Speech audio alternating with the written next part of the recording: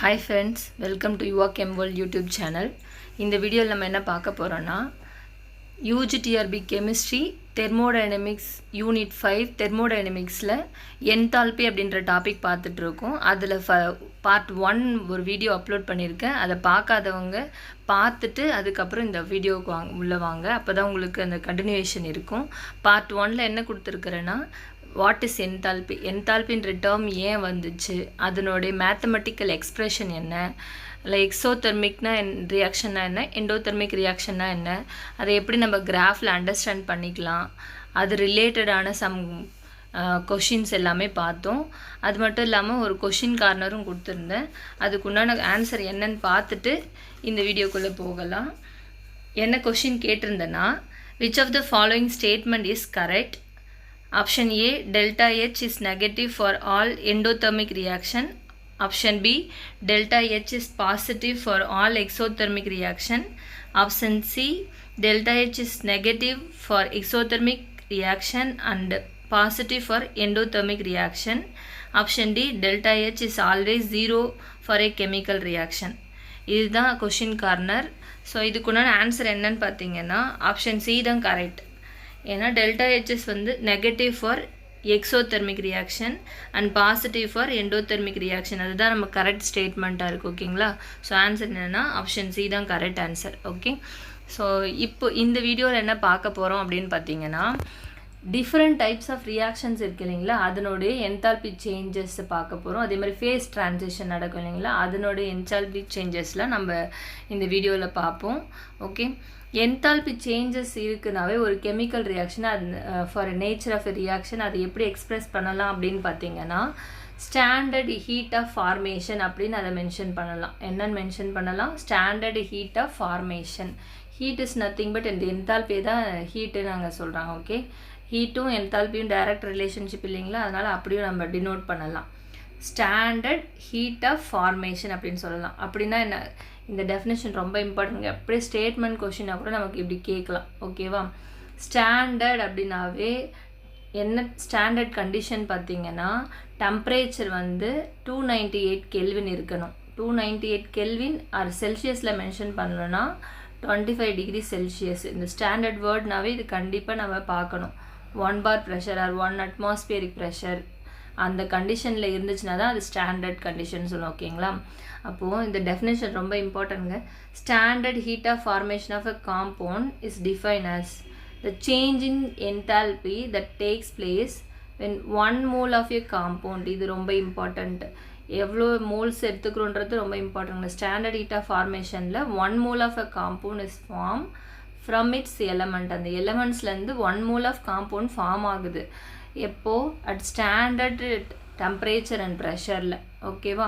அதை தான் அந்த அப்போது என்ன சேஞ்சஸ் இன் என்தால்பி இருக்குதோ அதை தான் என்னென்னு சொல்கிறோன்னா standard heat of formation of a காம்பவுண்ட்னு சொல்கிறோம். ஓகே, ஸ்டாண்டர்ட் ஹீட் ஆஃப் ஃபார்மேஷன்றது என்ன மென்ஷன் பண்ணுறாங்க? ஒரு ஸ்டாண்டர்ட் கண்டிஷனில் டெம்பரேச்சர் அண்ட் ப்ரெஷர் ஸ்டாண்டர்ட் கண்டிஷனில் 1 mole ஆஃப் காம்பவுண்ட் ஃபார்ம் ஆகுது இல்லைங்களா ஃப்ரம் இட்ஸ் எலமெண்ட்ஸ்லேருந்து. அது அப்போது சேஞ்சஸ் இன் என்தால்பியை கால்குலேட் பண்ணோன்னா அதை தான் ஸ்டாண்டர்ட் ஹீட் ஆஃப் ஃபார்மேஷன்னு சொல்கிறோம். ஓகேங்களா? ஸோ இதில் முக்கியமான விஷயம் என்னென்னா, standard heat of formation of all elements value is 0. Elemental கண்டிஷனில் இருந்துச்சுன்னா அதனுடைய ஹீட் ஆஃப் ஃபார்மேஷன் வேல்யூ எப்படி இருக்குன்னு பார்த்தீங்கன்னா 0வாக தான் இருக்குமா. ஓகே, இது பார்க்கும்போது பார்க்கும்போது நமக்கு புரியும் ஏன் நம்ம அங்கே 0 கன்சிடர் பண்ணுறோம் அப்படின்றதுக்குன்னா இதுதான் ரொம்ப இம்பார்ட்டண்ட். ஓகே, இப்போ அதுக்கு எக்ஸாம்பிள்ஸ் பார்த்தீங்கன்னா, இப்போ ஒரு ரியாக்ஷன் எடுத்துருக்குறோம். அயன் சாலிடாக இருக்குது, சல்ஃபரும் சாலிடாக இருக்குது. அது என்னவாகுது? ஃபெரஸ் சல்ஃபைடாக கன்வெர்ட் ஆகுது. ஸோ இந்த ரியாக்ஷனுக்கு delta H standard formation value எவ்வளோன்னு பார்த்தீங்கன்னா -100.42 கிலோஜூல் மோல் இன்வர்ஸ். இது ஒரு ஸ்டாண்டர்ட் ரெஃபரன்ஸ் புக்லேருந்து தான் எடுத்தது. இப்போலாம் வந்து நமக்கு டைரெக்டாக வாட் இஸ் வாட்டுன்றதை கேட்கறதுக்கு பதிலாக இப்படிலாம் நம்மளை கொஷின் கேட்க ஆரம்பிச்சிட்றாங்க. வேல்யூஸ் ஒரு ரியாக்ஷன் கொடுத்து அதனுடைய standard and heat of formation value என்ன அப்படின்ற மாதிரி கேட்குறாங்க. அதனால் அது ரிலேட்டடாக ஒரு ஈக்குவேஷன்ஸ் வித் வேல்யூஸ் கொண்டு வந்திருக்கு. ஸோ இப்போ செகண்ட் பாருங்கள், ஹையஸ்ட்டு ஹீட் ஆஃப் ஃபார்மேஷன் இருக்கிற ஒரு ரியாக்ஷன் எதுன்னு பார்த்தீங்கன்னா ஃபார்மேஷன் ஆஃப் அல்கீன்.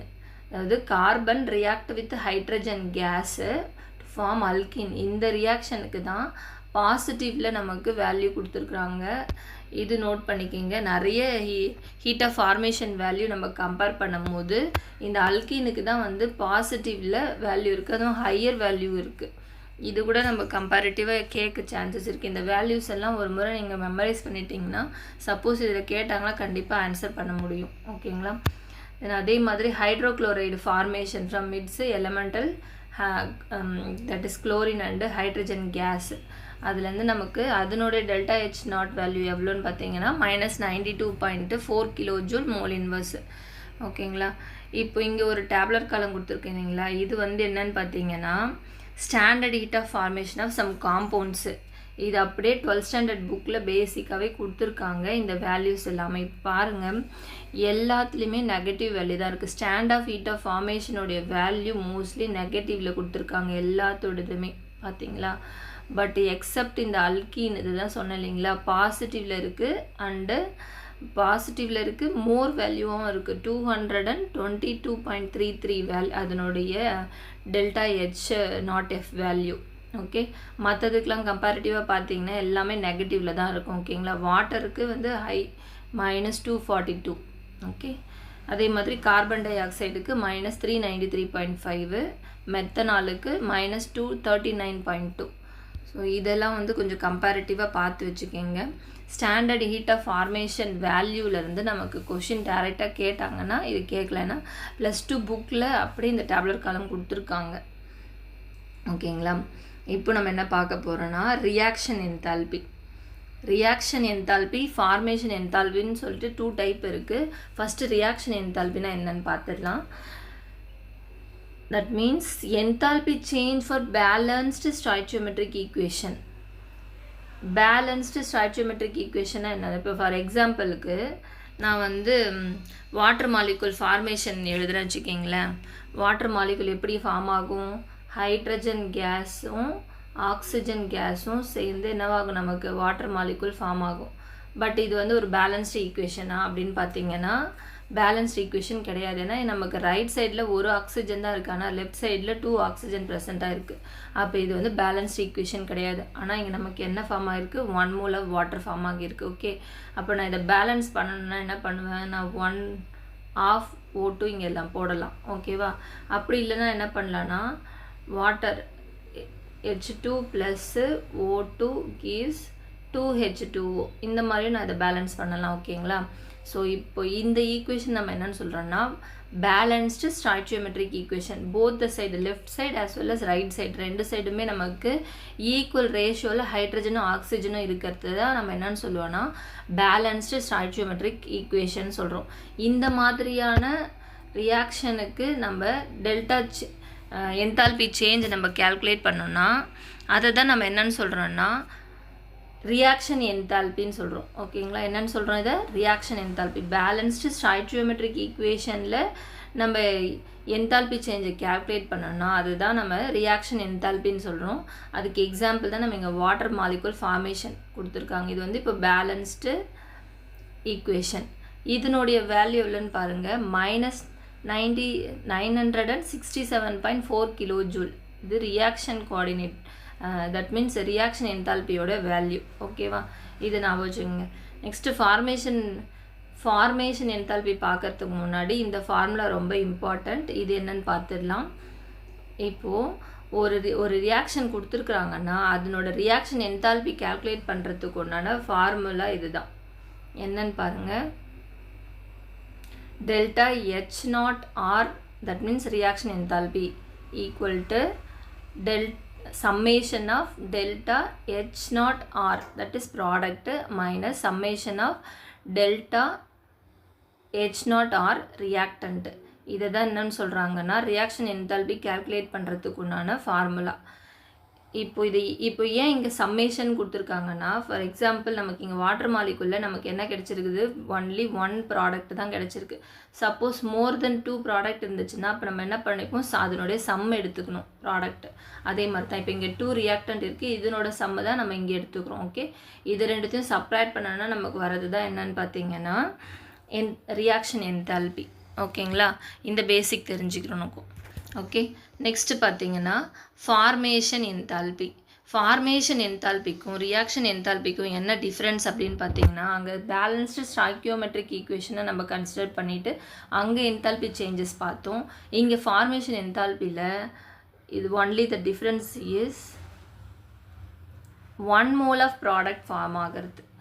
அங்கே பேலன்ஸ்டு ஈக்குவேஷனில் பார்த்தோன்னா சேஞ்சஸ் இன் என்தால்பி பார்க்கறது வந்து ரியாக்ஷன் என்தால்பி. ஃபார்மேஷன் என்தால்பின்றது ஃபார்ம் ஆகிற ப்ராடக்ட் 1 மோலாக இருந்துச்சுன்னா அந்த ஃபார்மேஷன் என்தால்பி நம்ம என்னென்னு சொல்கிறோன்னா, அப்போது நம்ம கேல்குலேட் பண்ணுற என்தால்பி சேஞ்சை ஃபார்மேஷன் என்தால்பின்னு சொல்கிறோம். ஓகே, அதுக்கு தான் இந்த எக்ஸாம்பிள் நான் ஃபஸ்ட்டே சொன்னேன் இல்லைங்களா, water 1/2 mole of O2 mix ஆகிட்டு நமக்கு 1 mole ஆஃப் வாட்டர் ஃபார்ம் ஆகுது வச்சுக்கிங்களேன். இங்கே தான் இதை தான் நம்ம என்னென்னு சொல்கிறோன்னா ஃபார்மேஷன் என்தால்பிக்கும் ஃபார்மேஷன் என்தால்பிக்கும் வித்தியாசம் புரியுதுங்களா? ஃபார்மேஷன்னா 1 mole ஆஃப் ப்ராடக்ட்டு ஃபார்ம் ஆகும்போது என்ன என்தால்பி சேஞ்சஸ் இருக்கோ அது ஃபார்மேஷன் என்தால்பின்னு சொல்கிறோம். அதுவே ரியாக்ஷன் என்தால்பின்னா பேலன்ஸ்டு ஸ்டாய்க்கியோமெட்ரிக் ஈக்குவேஷனில் நம்ம என்தால்பி சேஞ்சஸ் பார்த்தோன்னா அதை நம்ம ரியாக்ஷன் என்தால்பின்னு சொல்கிறோம். ஓகேங்களா, ஸோ இதுதான் நம்ம ஃபார்மேஷன் ஆஃப் என்தால்பிக்குனான ஃபார்முலா. ஓகே, அங்கே ரியாக்ஷன்னு போடுவோம், இங்கே ஃபார்மேஷன்னு போடுவோம். இதுதான் டிஃப்ரெண்ட் ஃபார்முலா. ஓகே, எல்லாத்துலேயுமே அந்த சேஞ்சஸ் மட்டும் ஃபார்மேஷன்னு போடுறோம். ஓகேவா, ஸோ இப்போ இந்த ரியாக்ஷன் என்தால்பிக்கும் ஃபார்மேஷன் என்தால்பிக்கும் ஒரு ரிலேஷன்ஷிப் இருக்குது. அது என்ன அப்படின்னு பார்த்தீங்கன்னா இதுதான். இந்த ஃபார்முலா ஞாபகம் வச்சுக்கிங்க. Reaction change in reaction enthalpy, standard reaction enthalpy equal to n into delta HF naught. இப்போ என்னன்றது நம்பர் ஆஃப் மோல்ஸ். இப்போ எக்ஸாம்பிளுக்கு வந்து ஒரு அம்மோனியா ஃபார்மேஷன் ஈக்குவேஷன் எடுத்துக்கிறோம் வச்சுக்கிங்களேன். இங்கே வந்து எத்தனை மோல் ஆஃப் அம்மோனியா ஃபார்ம் ஆகியிருக்கு? 2 moles. அப்போ நான் என்ன பண்ணலான்னா இந்த ஃபார்முலாவில் நான் 2 சப்ஸ்டியூட் பண்ணிட்டேன்னா அதுதான் இந்த ரியாக்ஷன் என்தால்பியும் தென் ஃபார்மேஷன் என்தால்பியும் ஈக்குவேட் பண்ணுற வேல்யூ. ஓகேவா, சப்போஸ் 3 இருந்துச்சுன்னா 3ஆல் மல்டிபிள் பண்ணிக்கணும், 4 இருந்துச்சுன்னா 4ஆல் மல்டிபிள் பண்ணிக்கணும். அப்போ ரியாக்ஷன் என்தால்பியும் ஃபார்மேஷன் என்தால்பியும் ரிலேட் பண்ணுற ஃபார்முலா என்னென்னு பார்த்தீங்கன்னா delta H0R equal to n into delta H0F. ஓகேவா, இது ரிலேட்டடாக ஒரு சம் இருக்குது, அதை பார்த்துடலாம். பாருங்கள், standard enthalpies of formation of ethanol, carbon dioxide and water, இதனோட வேல்யூஸ் நமக்கு கொடுத்துட்டாங்க. calculate the standard enthalpy change for the combustion of ethanol reaction. Okay, இப்போது இங்கே நம்ம ஃபார்முலா படி என்ன பண்ணுறோன்னா அது ரியாக்ஷன்னு போடலாம், இல்லைனா ப்ராடக்ட்னு போடலாம். நம்ம ரியாக்ஷன் தானே கேல்குலேட் பண்ணுறோம். அப்போ இதனுடைய ஃபார்மேஷன் வச்சு இந்த மாதிரி நம்ம எழுதலாம் இந்த ஃபார்முலா. ஓகேவா, இப்போது ப்ராடக்ட் சைடில் இருக்கிற என்ன இந்த ரியாக்ஷனை ஃபஸ்ட்டு நம்ம எழுதிக்கணும். இந்த ரியாக்ஷனில் ப்ராடக்ட் சைடில் யார் இருக்குங்க? Carbon di oxide, water molecule இருக்குது. இது வந்து ஒரு ஸ்டாய்ச்சியோமெட்ரிக்கலி பேலன்ஸ்டு ஈக்குவேஷன், அதனால தான் நம்ம ரியாக்ஷன் என்தால்பின்னு சொல்லிட்டு போடுறோம். ஓகேவா, புரிஞ்சுதுங்களா? அப்போ நம்ம இங்கே இந்த சைடு நம்ம என்ன பண்ணுறோம், எத்தனை மூல் இருக்குதோ அதை முன்னாடி நம்ம மல்டிபிள் பண்ணிக்கிறோம் இல்லைங்களா, அதனால் இங்கே ஃபார்மேஷன் போட்டு அங்கே முன்னாடி நம்ம 2ன்னு போடுறோம். ஓகேங்களா, இப்போ நம்ம ப்ராடக்ட்டை கன்சிடர் பண்ணோன்னா 2 moles of carbon dioxide, அதனால் இது இப்படி எழுதிக்கிறோம். இன்னொன்று என்னது, 3 moles ஆஃப் வாட்டர் மாலிகுல். இதோட சம்மேஷன் தானே நமக்கு டெல்டா H0F, இது நம்ம இப்படியும் மென்ஷன் பண்ணலாம் இல்லைங்களா. அதே மாதிரி மைனஸ் டெல்டா H0F. ரியாக்டன்ட் யார் யார் இருக்கிறாங்க? எத்தனால் இருக்குது, ஆக்சிஜன் மாலிகுல், ஆக்சிஜன் இருக்குது. ஓகேவா, ஸோ அதுக்குண்டானதே நம்ம என்ன பண்ணிக்கிறோம், இந்த சைடில் எழுதிக்கிறோம். ஓகேவா, நெக்ஸ்ட் ஸ்டெப் பாருங்கள். இப்போ அங்கே என்னென்ன வேல்யூஸ் கொடுத்துருக்காங்க அப்படியே நம்ம சப்ஸ்டியூட் பண்ணிட்டோம். கார்பன் டை ஆக்சைடுக்கு -393.5 வேல்யூ கொடுத்துருக்காங்க, வாட்டருக்கு -285.5 வேல்யூ கொடுத்துருக்காங்க. எல்லாத்தையும் அப்படியே நம்ம சப்ஸ்டியூட் பண்ணிட்டுறோம். சப்ஸ்டியூட் பண்ண வர ஆன்சர் என்னென்னு பார்த்தீங்கன்னா -787 நமக்கு கிடைக்கும். அதே மாதிரி இங்கே ஆக்சிஜன் வந்து எலிமெண்டலில் இருக்கிறதுனால அது நம்ம என்னென்னு சொல்கிறோன்னா அது 0வாக நம்ம கன்சிடர் பண்ணுறோம் ஆக்சிஜனை. அப்போ இதனுடைய எத்தனாலோடைய டெல்டா H0F வேல்யூ நமக்கு கொடுத்துருந்தாங்க -277. ஸோ இது எல்லாத்தையும் நம்ம மைனஸும் என்ன ஆகிடும், ப்ளஸ்ஸாக கன்வெர்ட் ஆகிடும். இப்போ இதை ரெண்டுத்தையும் மல்டிபிள் பண்ணோன்னா நமக்கு இந்த வேல்யூ கிடைக்கும். ஸோ இது எல்லாத்தையும் நம்ம சிம்பிளிஃபை பண்ணதுக்கப்புறம் நமக்கு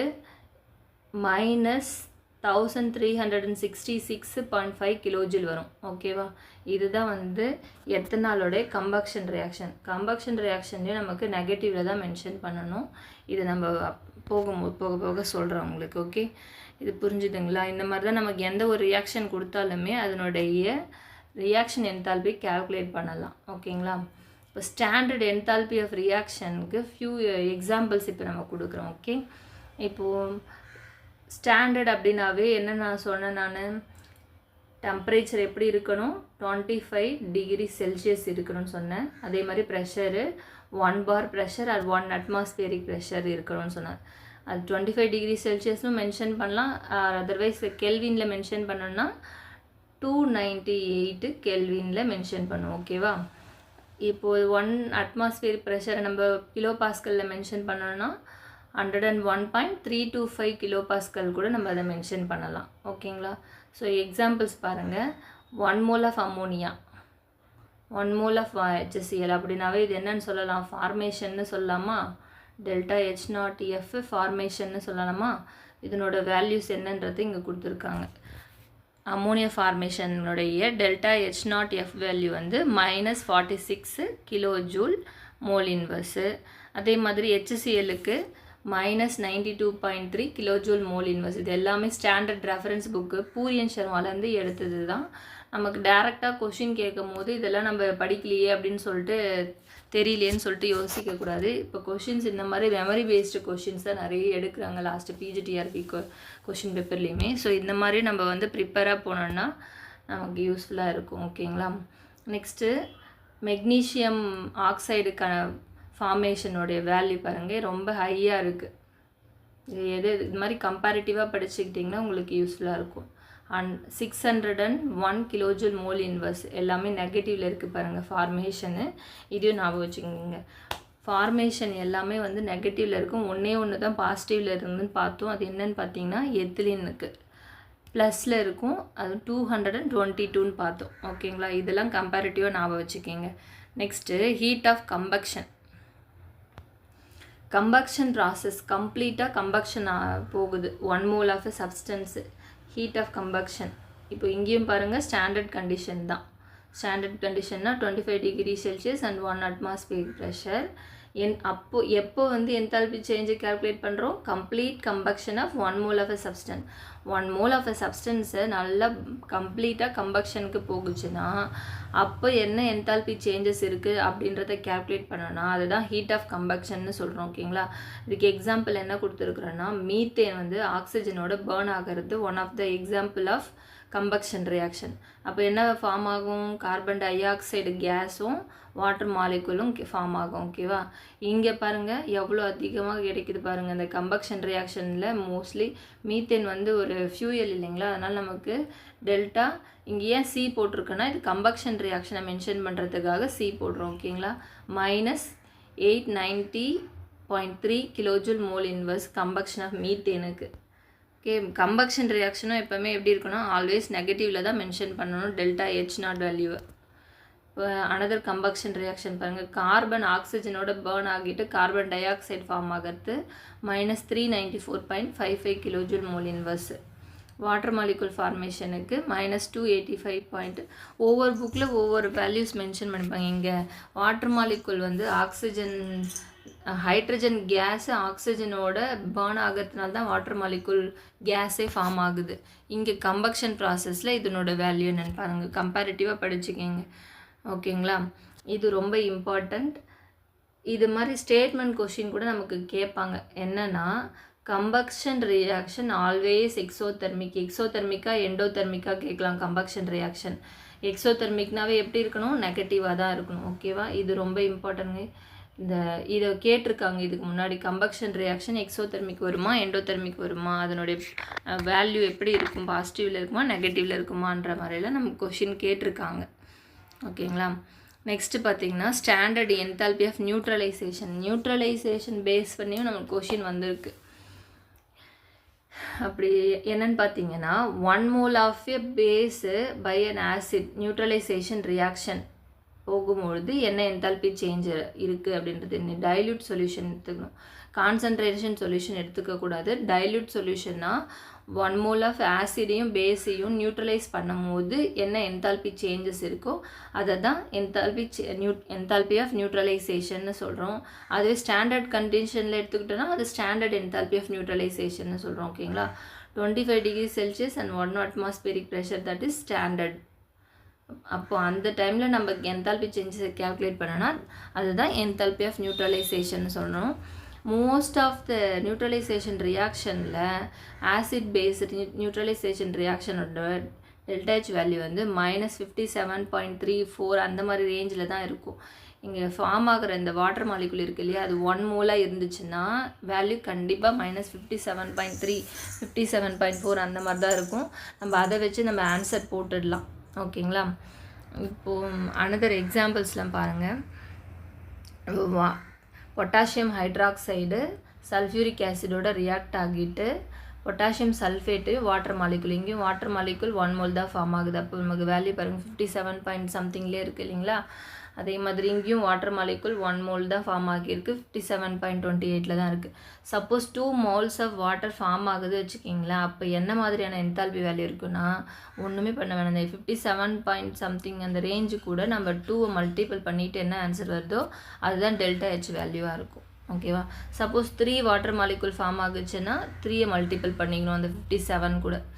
அந்த மாதிரி நமக்கு இது கொஷின் எப்படி கேட்குறாங்கன்றத பேஸ் பண்ணி நம்ம ஆன்சர் போட்டுடலாம். ஓகேவா, இது என்தால்பி ஆஃப் நியூட்ரலைசேஷன் ரியாக்ஷனுக்கு ஸ்டாண்டர்டான வேல்யூ எவ்வளோன்னு பார்த்தீங்கன்னா டெல்டா H வேல்யூ -57.28. இதுவே நம்ம another புக்கில் என்ன பண்ணுவோம்னா கிலோ கேலரிஸில் மென்ஷன் பண்ணியிருப்பாங்க. ஸோ அதையும் கொஞ்சம் ரெஃபர் பண்ணிக்கோங்க, ரெட்டிவாக பார்த்துக்கோங்க. ஓகேவா, நெக்ஸ்ட்டு கான்செப்ட் என்னன்னு பார்த்தீங்கன்னா டிசோசியேஷன்ன்றது என்ன அப்படின்னு பார்த்தீங்கன்னா சேம் இங்கேயும் வந்து ஆசிட் பேஸ் நியூட்ரலைசேஷன் ரியாக்ஷன் தான். ஆனால் இங்கே வந்து வீக் ஆசிட்ஸோ வீக் பேஸ் எதோ வச்சு நம்ம எடுத்துக்கிறோன்னா அப்போ இங்கே வந்து நம்ம என்னென்னு சொல்லக்கூடாது, நியூட்ரலைசேஷன்னு சொல்லக்கூடாது. ஏன் அப்படி சொல்லக்கூடாதுன்னா ஆசிட் வந்து கம்ப்ளீட்டாக அங்கே வந்து என்ன ஆகாது, நியூட்ரலைசேஷன் டிசோஷியேட் ஆகாது. அதனால் அங்கே வீக்காக இருக்கிறதுனால அல்கலியோ ஆர் ஆசிடோ வீக்காக இருக்கிறதுனால இங்கே நியூட்ரலைசேஷன் வந்து டிஃப்ரெண்ட்டாக இருக்கும். ஓகே, அதனால் நம்ம அதை என்னென்னு சொல்லணும்னா இட் இன்வால்வ்ஸ் டிசோசியேஷன் சொல்கிறோம். ஓகே, இப்போ எக்ஸாம்பிளுக்கு இதுவும் நீங்கள் இதை பியூரியன் சர்மா புக்லேருந்து தான் எடுத்தது. Enthalpy of neutralisation of weak acid with sodium hydroxide. Weak acids எதெல்லாம் வீக் ஆசிட்ஸ் எடுத்துருக்காங்கன்னு பாருங்கள். Acetic acid weak acid, formic acid weak acid, hydrocyanide, hydrogen sulphide, இது எல்லாமே வீக் ஆசிட்ஸு. அதோட ஸ்ட்ராங் பேஸை ஒன்று ரியாக்ட் பண்ணனா அந்த நியூட்ரலைசேஷன் ரியாக்ஷனுக்கு ஆக்சுவல் வேல்யூ என்னன்னு பார்த்தீங்கன்னா இது தான். ஆனால் நமக்கு என்தால்பி ஆஃப் டிசோசியேஷன்னு கேட்டாங்கன்னா இந்த வேல்யூஸ் நான் வச்சுக்கிங்க எல்லாமே பாசிட்டிவில் இருக்குது பாருங்கள். ஓகேவா, ஸோ இதை கொஞ்சம் பார்த்துக்கோங்க. டிசோசியேஷன் அப்படின்னா இந்த பாசிட்டிவ் வேல்யூஸை தான் நம்ம கன்சிடர் பண்ணணும். நெகட்டிவில் இருக்கிறத மைண்டில் ஸ்டோர் பண்ணிவிட்டு ஒரு நெகட்டிவில் இருக்குது ஆசிட் பேஸ் நியூட்ரலைசேஷன் அப்போ -57 வரும் அப்படி நீங்கள் யோசிச்சிக்கக்கூடாது. வீக் ஆசிடு வெர்சஸ் ஸ்ட்ராங் பேஸ்னாவே அங்கே டிசோசியேஷன் என்தால்பி ஆஃப் டிசோசியேஷனும் கேட்க சான்சஸ் இருக்குது. ஓகேங்களா, ஸோ இதையும் கம்பேரிட்டிவாக பார்த்துக்கோங்க. அசிட்டிக் ஆசிடுக்கு என்ன, ஃபார்மிக் ஆசிடுக்கு என்ன, ஹைட்ரோசயனைடுக்கு என்ன அப்படின்றதையும் ஒரு முறை பார்த்துக்குங்க. ஓகேங்களா, இது ரிலேட்டடாக ஃபியூ கொஷின்ஸ் கொண்டு வந்திருக்கேன். இதை பார்த்துட்டு இன்னைக்குண்டான கொஷின் கார்னர் என்னன்றதையும் பார்த்துடலாம். ஓகேங்களா, first question, nitrogen react with hydrogen to form ammonia. இங்கே இப்போ எத்தனை மாலிகுல்ஸ் ஃபார்ம் ஆகியிருக்கு, 2NH3. இதனுடைய வேல்யூ எவ்வளோன்னு கொடுத்துட்டாங்க, -92.4 கிலோஜூல்னு கொடுத்துட்டாங்க. ஓகே, கொஷின் என்ன கேட்டிருக்காங்க பாருங்கள். The amount of heat released when 1 mole of N2 react completely is. Heat release தான் கேட்டிருக்காங்க. நமக்கு டெல்டா H வேல்யூ வந்து ஹீட் ரிலீஸ்னாவே என்ன அர்த்தம், நெகட்டிவில் தான் வரணும். நமக்கு வேல்யூ நெகட்டிவில் கொடுத்துருக்காங்க. நம்ம கொடுத்துருக்குற வேல்யூ அப்படியே என்னவா மாற்றிடணும், ஹீட் ரிலீஸுன்றதுனால நெகட்டிவ் போட்டோன்னா அது பாசிட்டிவாக கன்வெர்ட் ஆகிடும். இப்போ எக்ஸாம்பிள், இப்போ இது வந்து டெல்டா H வேல்யூ நெகட்டிவில் கொடுத்துருக்காங்களா, நமக்கு ஹீட் ரிலீஸ்னால் என்ன ஆகிறதும் மைனஸ். அப்போ இந்த மைனஸ் என்ன ஆகிடும், ப்ளஸ் ஆகிடும். அப்போ நம்ம என்ன பண்ணிடக்கூடாது, ப்ளஸ்ஸு -92.4 போட்டுறக்கூடாது. ஓகே, ஹீட் ரிலீஸ்னு கொடுத்ததுனால நெகட்டிவும் ப்ளஸ் ஆகிடும். சப்போஸ் ஹீட் அப்சர்வ்னு கொடுத்துருந்தாங்கன்னா அப்போ அங்கே என்ன ஆகும், ப்ளஸ் ஆகும். ப்ளஸ் இன்ட்டு மைனஸ்ன்னு சொல்லிட்டு நம்ம 92.4 போடலாம். ஓகேவா? ஸோ இந்த டிஃப்ரென்ஸ் நீங்கள் பார்த்துக்குங்க. ஹீட் ரிலீஸ்ன்றதுனால அது வந்து ப்ளஸ்ஸாக கன்வெர்ட் ஆகுது. ஓகேவா? Next question. The standard enthalpies of formation of carbon dioxide and water value கொடுத்துட்டாங்க. Respectively, calculate the standard enthalpy of combustion of methane. மீத்தேனோடது இது சேம் தான், அந்த நம்ம ஃபார்முலாவில் அப்ளை பண்ணுறது தான். ப்ராடக்டோடைய டெல்டா ஹெச் வேல்யூ சம்மேஷன், தென் ரியாக்டன்ட்டோடைய டெல்டா ஹெச் வேல்யூ சம்மேஷன், ரெண்டுத்தையும் separate பண்ணிங்கன்னா உங்களுக்கு டெல்டா ஹெச் கம்பக்ஷன் வேல்யூ கிடைச்சிடும். அப்படியே என்னென்ன கொடுத்துருக்குறாங்களோ நீங்கள் டேரெக்டாக அதில் அப்படியே அப்ளை பண்ணிவிட்டு ஆன்சர் கொண்டு வந்துடலாம். ஓகே, ஸோ இதுக்கு ஆன்சர் என்னென்னா -74.8 kilojoule mole inverse for methane. இப்போ நீங்கள் இது எல்லாத்தையும் சப்ராக்ட் பண்ணிங்கன்னா, இது ரெண்டுத்தையும் சப்ராக்ட் பண்ணிங்கன்னா ஃபைனல் ஆன்சர் நமக்கு -890.3 கிலோஜூல் மோல் இன்வர்ஸ் வரும். ஓகேவா? டேரெக்டாக இது அப்படியே நம்ம சப்ராக்ட் பண்ணிடுங்க. இது ஏன் 0 போட்டோம், ஆக்சிஜனோட வேல்யூ நமக்கு 0 வந்துடும். ஓகேவா?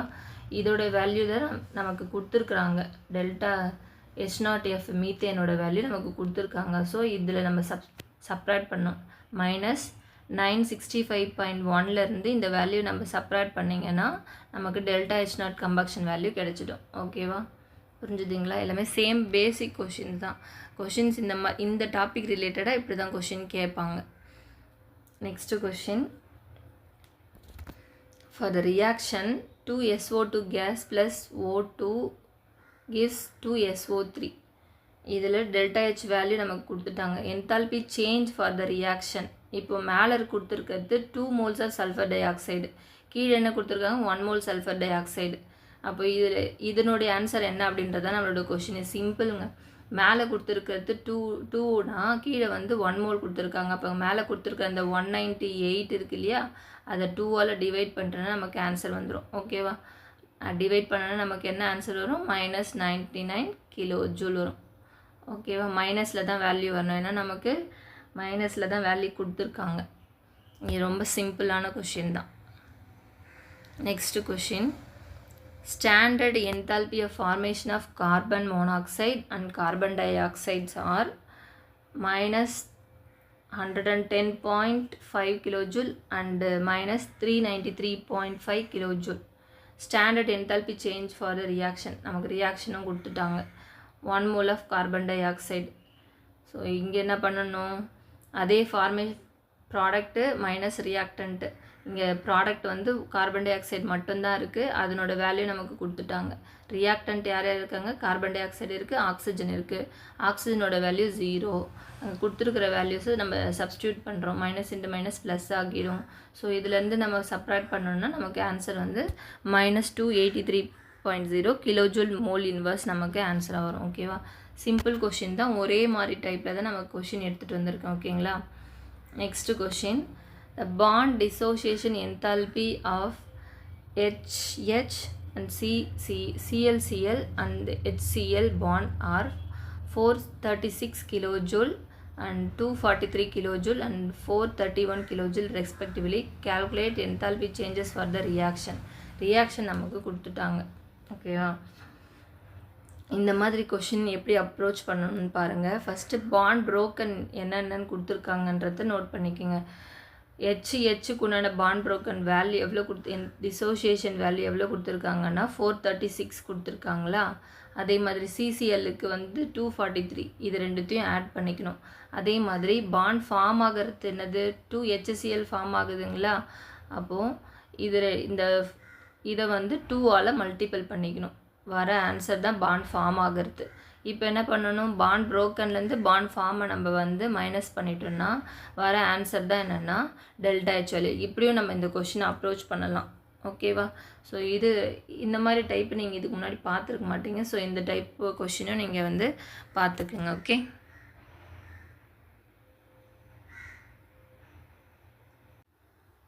ஓகே இந்த வீடியோக்குண்டான கொஷின் கார்னர் என்னன்னு பார்த்துடலாம். Which formula relate reaction enthalpy and formation enthalpy. இந்த ஈக்குவேஷன் கொடுத்துருந்தேன் இல்லைங்களா, அது என்னன்றதை நீங்கள் கமெண்ட் பாக்ஸில் மென்ஷன் பண்ணிவிடுங்க. ஓகே, இந்த டாபிக் உங்களுக்கு ரொம்பவே யூஸ்ஃபுல்லாக இருந்திருக்குன்னு நினைக்கிறேன். பிடிச்சிருந்தால் லைக் பண்ணுங்கள், உங்கள் ஃப்ரெண்ட்ஸுக்கும் ஷேர் பண்ணுங்கள். சப்ஸ்கிரைப் பண்ணாதவங்க சப்ஸ்கிரைப் பண்ணிவிடுங்க. Thank you friends.